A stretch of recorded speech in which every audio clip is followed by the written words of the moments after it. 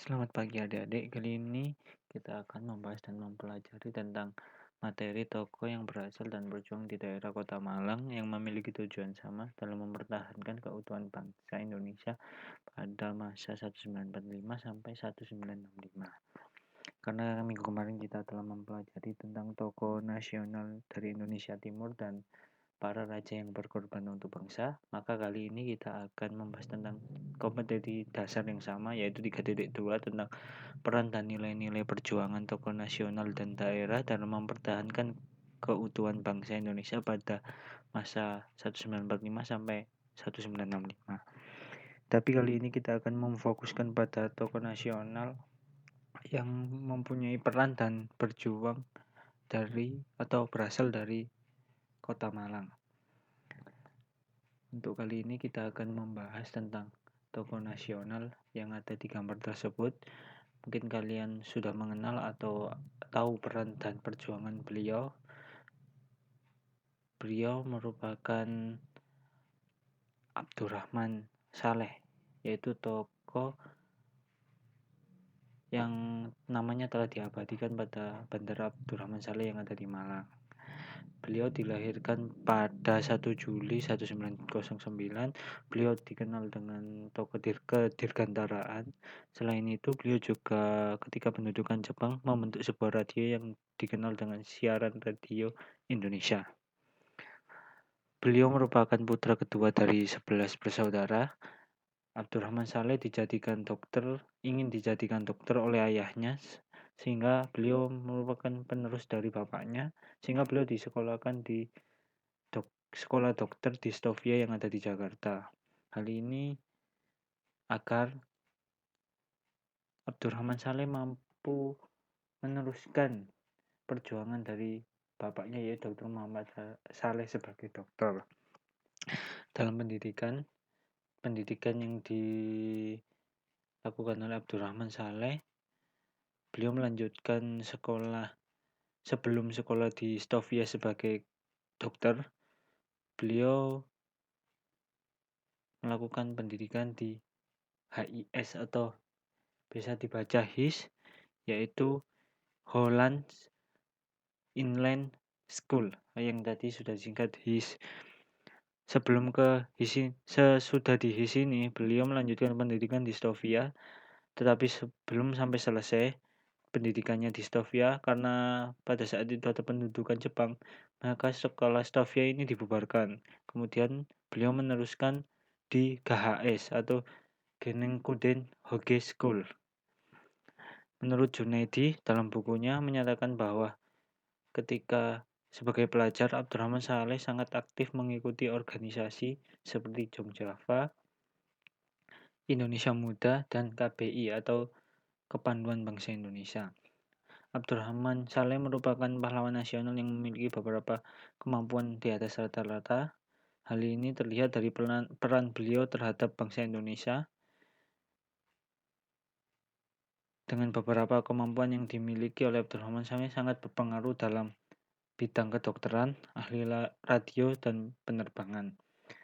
Sehingga menurut Jamal pada bukunya yaitu Dasar-dasar Penyiaran, Sejarah Organisasi dan Operasional dan Regulasi, menyatakan bahwa ketika para pemuda melakukan penyiaran proklamasi dengan cara sembunyi-sembunyi di Jakarta, hal itu mengalami penyiksaan karena diketahui oleh pihak Jepang, sehingga para pejuang penyiaran radio ini melakukan pencurian beberapa pemancar radio yang dimiliki, sehingga gerakan pejuang penyiaran radio ini dikoordinasi oleh Abdurrahman Saleh tadi. Sehingga beliau berperan pada terbentuknya Radio Republik Indonesia, dan menjelang kemerdekaan, beliau melakukan gerakan pejuang penyiaran radio yang dikoordinasi oleh Abdurrahman Saleh sendiri dan Susetyo Wagiman. Setelah itu, beliau membentuk pemancar yang dapat dicuri dari pihak Belanda untuk dipasang di rumah Abdurrahman Saleh sendiri yang tepat berada di Jalan Kimia di Jakarta, untuk digunakan Bung Karno memproklamirkan kemerdekaan dengan memancarkan pada tanggal 25 Agustus 1945.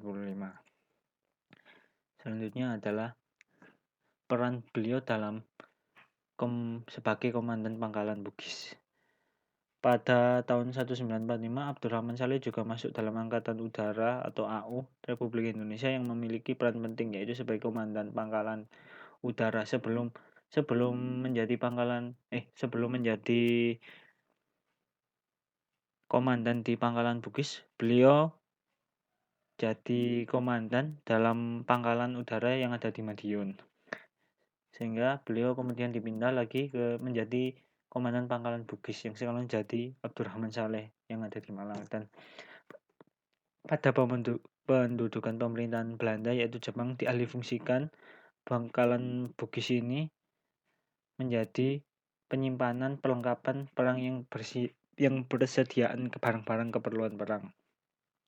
Sehingga pada sebelum kependudukan Jepang pada pendudukan Jepang, Bandara Udara Bugis ini digunakan sebagai tempat pelandas atau biasa disebut Rikugun. Pada tanggal 29 Juli 1947 pada saat gugurnya Abdurrahman Saleh, ini terdapat 3 perintis AURI yang gugur bersama Abdurrahman Saleh, yaitu ada Adi Sucipto yang sebelah kiri, yang tengah Abdurrahman Saleh, dan yang kanan adalah Adi Sumarmo. Pada tanggal 29 Juli 1947 ada 3 penerbang pesawat Dakota FTFLA, Komodo Muda Udara Agustinus Adi Sucipto, Abdurrahman Saleh, dan Adi Sumarmo telah melakukan lepas landas dari Singapura. Dan hal ini karena beliau mengemban tugas membawa persediaan obat-obatan yang dibutuhkan para pejuang yang melakukan perlawanan terhadap agresi militer Belanda II. Sehingga pada saat ini 3 komodor ini melakukan bakti untuk mengambil peralatan obat, dan kemudian terjadi penyerangan yang dilakukan oleh pihak Belanda. Ini diakibatkan oleh penyerangan yang dilakukan oleh kadek-kadek muda Angkatan Udara Republik Indonesia yang pada saat itu menyerang kubu Belanda yang ada di daerah Semarang. Sehingga penyerangan yang dilakukan kepada 3 komodor muda terhadap pesawat Dakota ini memantik amarah dari Belanda sehingga melakukan penyerangan yang dilakukan oleh pesawat P-40 Kitty Hawk milik Belanda kepada pesawat Dakota. Hal ini menjadikan gugurnya para perintis sekolah penerbang TNI AU yang dirintis oleh Abdurrahman Saleh dan Agustinus Adi Sucipto dan Komodor Muda Udara Abdurrahman Saleh.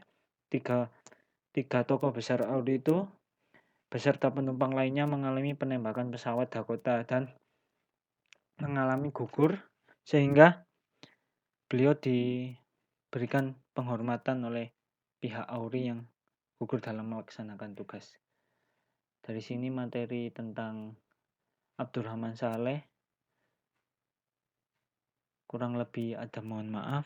Terima kasih telah mendengarkan materi tentang Abdurrahman Saleh ini.